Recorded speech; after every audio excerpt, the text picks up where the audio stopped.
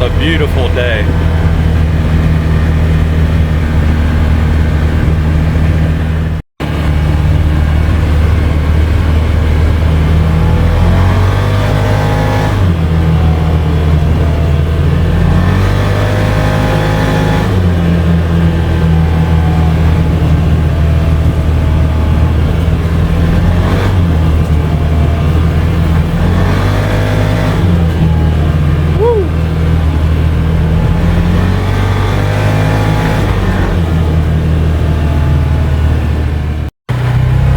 The suspension continues to be kind of in between. It's a little bit firm. I'd like for it to be a little softer, but at the same time it's not too firm. Really kind of hard to describe, but it's right in between the two spectrums. I guess that's kind of what they were going for with a base model machine. Try to appease as many people as possible, right? It's trash pickup day. Well, it was already trash pickup day. It's time to pick up the trash can now. So that's one of the things that I use this machine for, is to get my trash can back to the house, because I got a half-mile road that they will not come down. So I have to bring the trash can down every week and then come back and get it and take it back home after they pick it up. And it's nice that the bed on the Can-Am will let me put my whole trash can up in there and close the tailgate, because then I can just take it to the house without having to strap it down and all that crazy stuff. So pretty good for this job too. And you know, the shifter's not terrible. I mean, it's pretty good. It's not quite as smooth as like a Suzuki King Quad shifter, for example, but as you can see, it's not bad at all, and it's certainly a lot better than like Polaris or some of the other ones that I have dealt with before. So, you know, I don't really have any complaints with the shifter on this machine either. It's definitely good enough. Well, believe it or not, October is upon us, and that means that the end of riding season is just about here. Now, there are certainly a lot of people who ride in the winter time. You can definitely do that. And if you got a lot of snow, I guess it's pretty fun to go out and ride these things in the wintertime. I generally don't ride in the wintertime. I guess I'm a sissy. I just don't like it, you know. When it's 15 degrees outside, it's just no fun to me. Although I will say the windshield does help a lot. It at least keeps that cold air from hitting you right in the face. But anyway, I just don't like riding in the wintertime. So I'm coming up to the end of my usual riding season here. Can't believe it's already gone by. And I just thought I'd give you a few thoughts on this machine now that I've got a season behind me. So let's just get right into it. If you haven't seen the previous videos, this is a 2025 Can-Am Commander 700 DPS. So this is a base model machine. This is where you kind of begin. And, you know, you can buy these things very reasonably. And that's why I bought this one, because a lot of people don't show this model on YouTube. You just don't see a whole lot about the base models. Everybody wants to review the really expensive ones. So I thought I'd pick up one of these base models and try it out, tell you what I think about it. And, you know, I've done a couple of videos with this machine already, but I'm just going to give you some final thoughts here. So really, my complaints about the machine haven't changed throughout the year. You know, there's a few things here that I feel like Can-Am could definitely have done better. And at the end of the season here, I'm still of that same opinion, you know. First of all, I don't like the fact that it doesn't have a real front locking differential. The other machines do. I mean, it's just as simple as that. You know, there are places where, you know, we would go riding and this thing would struggle up a hill or over an obstacle or whatever. I mean, I made it, but it struggled and I had to use more momentum. And my son would just lock his front diff and just go right over stuff, you know. And everybody else who had a different brand machine would do the same thing. And so I don't understand that. I know that Visco lock has been a Can-Am signature thing for many, many years, but that doesn't mean that they should keep using it. You know, it doesn't mean they can't improve, you know, upon what they've got there. So I just don't like the fact that it doesn't have a front locking differential. Seems like something that would be, in my opinion, less expensive for them to produce. You know, instead of having this viscous fluid coupling and the clutch plates or however this thing works in the front diff, you know, all that complicated stuff. Instead of using that, they could very easily just put an e-locker in there. It would probably cost them less to produce them that way, and it would be better for the end user. So Can-Am, that's one thing I just don't get.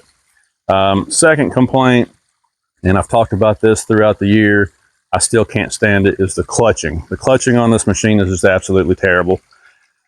Every time you try to take off, you got to feather the pedal, and then boom, it'll take off.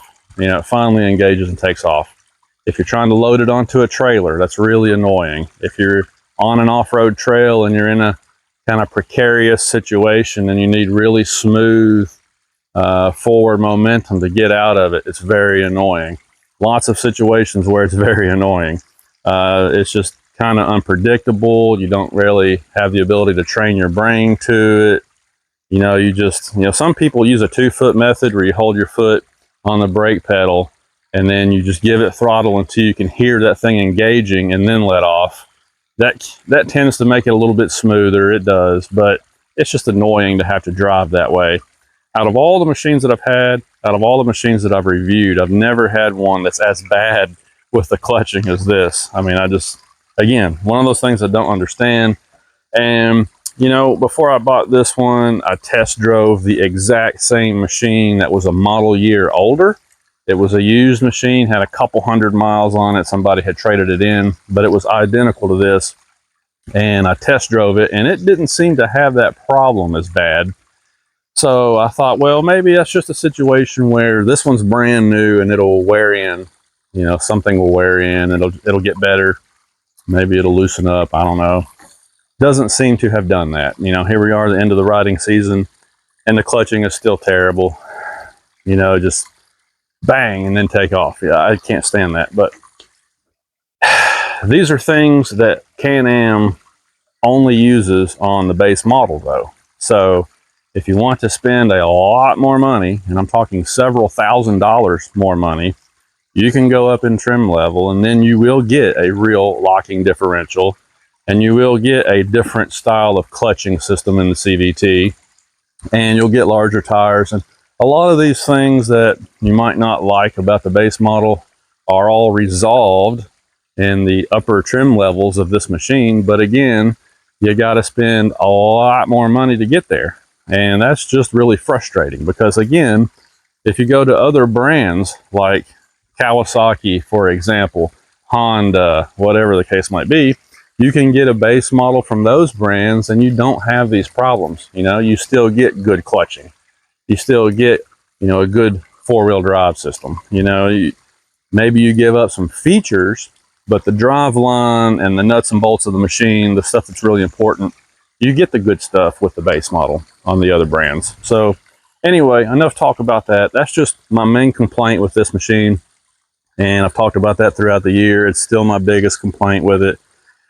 Now, if you want to go to the aftermarket, you can buy better clutching for this and fix that problem. You can put a locking differential in the front and fix that problem. I mean, there are ways to resolve these things on the base model, but again, you're spending more money and you shouldn't have to do that. So anyhow, those are my complaints with it. Now, good things about this machine. Well, I do like the seating position, and I do like the contour of the seats. And that's one of the big selling points for me. I'm kind of a taller guy, and so a lot of machines, I'm just not very comfortable in them. This one, I got in it. I was pretty comfy right off the bat. My wife got in it. She was pretty comfy. And so that was a huge selling point for us. Now, I will say one thing about that, though. On longer rides, I did find that my tailbone started to ache a little bit because the cushioning in the seat is not thick enough. They do need to increase the thickness and maybe the diameter of that seat cushion so that you can have the same level of comfort on longer rides that you have on shorter rides. So I did notice that. There was a couple of times when we would drive a lot of miles, you know, when you're beating and banging on the trails, and after a couple of hours, you start to feel it back here. So I'm kind of mixed on the seats. They've got a good shape to them, good leg room. You know, they're comfortable, especially on a short ride. But when you go on a longer ride, they start to lose their comfort a little bit. So it's kind of a two-edged sword there. But overall, I do like the legroom. It is much better than some of the other competitors that I sat in and tried out. The power steering is really good. I don't have any complaints with that. The tires that Can-Am uses on this machine, they're good. I mean, I haven't had any traction issues. I haven't had any flats. Haven't had any problems to deal with. I do wish that maybe they were just a little bit taller, but again, it's a base level machine, so you're not going to get the biggest, baddest tires when you buy something like this. But the tire itself is a good tire, and I really like it. Have no complaints there. I've got no desire to change them out for anything else. And, you know, like I said, I put the windshield and the roof on here, which helped tremendously. I do like the fact that you've got a lot of storage in here. You know, you got a big cubby right here to put things in. I keep a toe strap and stuff like that in there. You can put drinks or whatever you have in there. And you got a little cubby up here on the top of the dash where you can lay your phone or keys, truck keys or whatever, gloves. You know, you can just kind of lay stuff up in there. So they kind of thought about the layout. The storage is pretty good. Of course, you've got that storage back here too. These panels come off and you can put things inside here on both sides. You know, the bed is big enough that I can put any size cooler that I would want to in there. It's got nice tie downs. It's a dumping bed if you want to work with it. So it's got a lot of the features that you need, and you're really not lacking a whole lot here in terms of a sport, recreation, and work machine. You know, one of these side-by-sides that you can do anything with. You know, you've got pretty much everything you need here, and you've got a 2-inch receiver hitch. It's got a good payload capacity, good towing capacity. So, I mean, overall, it's a pretty good machine. And as far as mechanical issues, haven't had any. Now, the one thing that I did have to work with is the rear locking differential, but I discovered that that was a very simple fix. What had happened is the plug that goes into the rear diff back there, it either was not installed correctly or it just wasn't seated all the way at the factory. And that's why the rear diff lock was not working. So simple fix, frustrating, but a simple fix. So I just took it apart, put some dielectric grease in there and cleaned it up and seated it properly and firmly. And then the diff lock started working. And it's a totally different machine when you get that diff lock working, because it opened up a lot of trails that we previously just couldn't do. You know, if you got open diff in the rear and that Visco lock junk in the front, this thing wouldn't hardly go anywhere. But once I got the rear diff lock working, it really changed the whole game. I mean, I was able to finally go on some trails that I wanted to do. So that was a pretty simple fix. Gas mileage, you know, I don't track the numbers on it, but it seems to do well. You can fill this thing up. I think it holds 9 or 10 gallons and ride all day long. You know, by the time we would get low on fuel, we were so worn out and tired, we were ready to stop for the day anyhow. So that's all you can ask for, right? So no problems there. And again, as far as mechanical issues, I just haven't had any yet. So that's one thing I can say for this machine. It has been a lot more reliable than the brand new Can-Am Outlander ATV that I bought a couple of years ago. That thing was complete junk. And it turned me against Can-Am to the point that I swore that there would never be a Can-Am product in my garage ever again. And of course, when I brought this home, I told you hell has frozen over. We're going to try it again. And thankfully, I haven't been disappointed with this one like I was the other one. This one has been a pretty good machine so far. So all in all, I really like it. I think that for an entry-level machine, it's still a pretty good buy. Yeah, there's a couple of glaring things here that Can-Am definitely needs to work on, but for an entry-level machine, it's still not a bad buy. Now, I've noticed that here lately, you know, the 2026 models are starting to roll in now, and so there are some really good deals on these 2025s that are left over, and the dealer where I got this one is selling these brand new now for $13,000. I'm serious, $13K. Now, of course, you got to add sales tax to that, and I think they have a $200 dealer fee. So you might be at like $13,500 by the time you get out the door. But still, to get into a brand new side-by-side like this that has so much capability to do work and go play, to be able to get into a brand new one for $13,500 out the door, that's really kind of hard to beat in the segment. And you know, I know some other competitors have similarly priced machines, but there's always pros and cons. There's things they do well that this doesn't, and vice versa.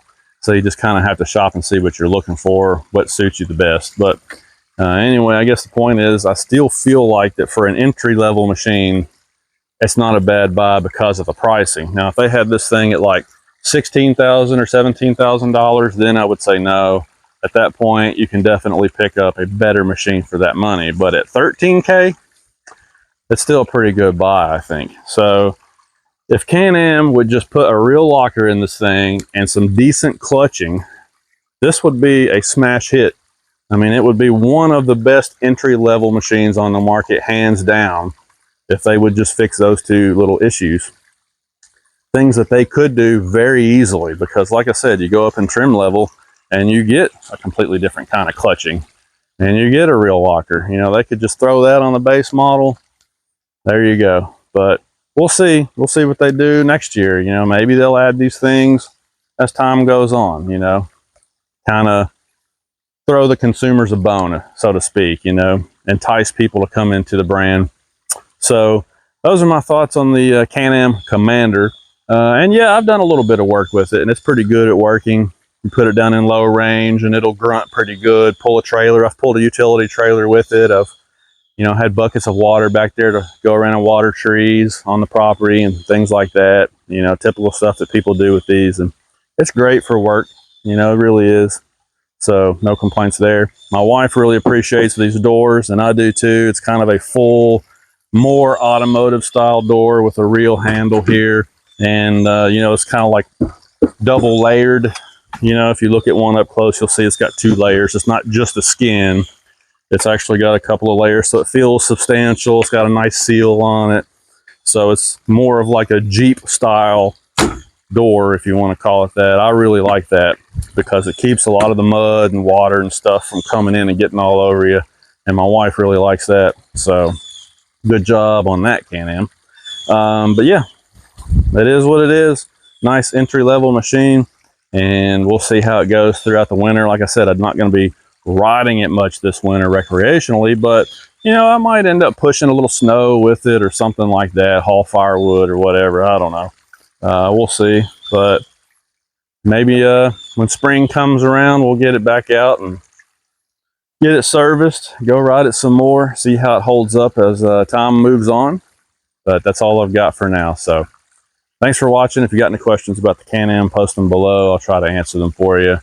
But we will talk to you later.